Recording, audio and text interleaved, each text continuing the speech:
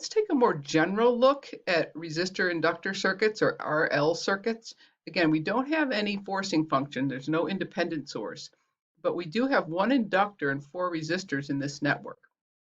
As long as we can combine these resistors, we can combine them and we can still analyze our circuit like we have with an RL circuit. So the time constant, however, is going to be the equivalent inductance and the equivalent resistance. So even if we had two inductors in here, let's say we had another one down here, they would have the same current, and our LEQ would be L1 plus L2.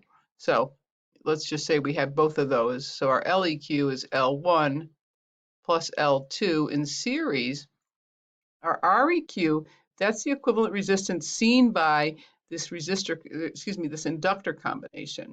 So that's going to be equal to our R1 in parallel with R2 plus R3 plus R4 for this circuit. So that would be the equivalent resistance that we would use for our time constant.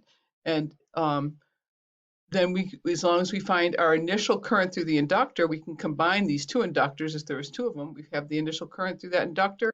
We could still say that our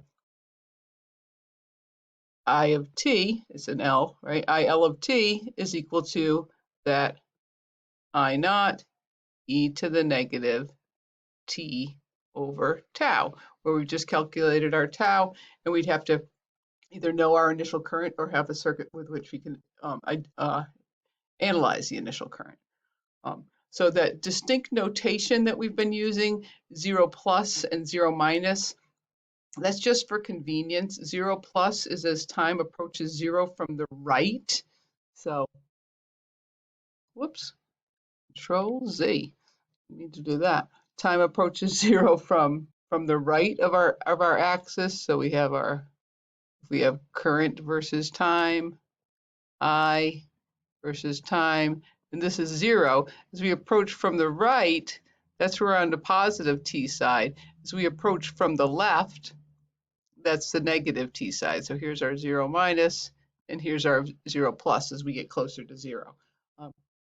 So we've been looking at it just before the switch is closed, that's 0 minus. Just after the switch is opened or closed, whichever, that's our 0 plus, however that changes. So what's going to be the case is that it's always the case that our inductor current can't change instantaneously. So our inductor current at 0 minus is equal to that of 0 plus. However, our resistor currents can change instantaneously. So I1 and I2 here, we can still calculate them, but there's going to be a discontinuity between 0 minus and 0 plus. So that, and when we're talking about this current, that I naught, so if we go back here, we can say that our I1 of t, for example, is equal to I1 of 0 plus e to the negative t over tau, where that I naught for the inductor current can be 0 plus or 0 minus because it doesn't change instantaneously. Okay, so in general, so our IL, we can just say IL of 0, but for I2, we have to say our I2 of 0 plus.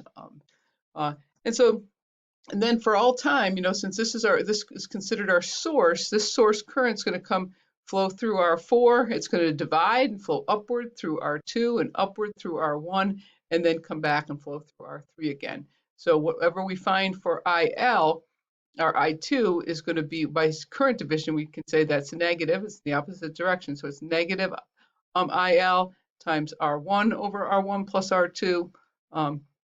And then, our I1 is going to be negative IL R2 over R1 plus R2. So we can do that resistor division, then we can use our IL of 0, e to the negative t over tau. So that's the case where we can combine resistors and inductors and find an LEQ and REQ. That's not always going to be the case.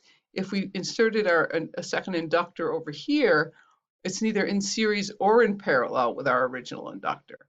So in this case, we'll have multiple time constants. and we'd have two different time constants. We'd have two different forms of current due to or all currents and voltages due to the energy stored in each of these two inductors. Um, so that's it for this video.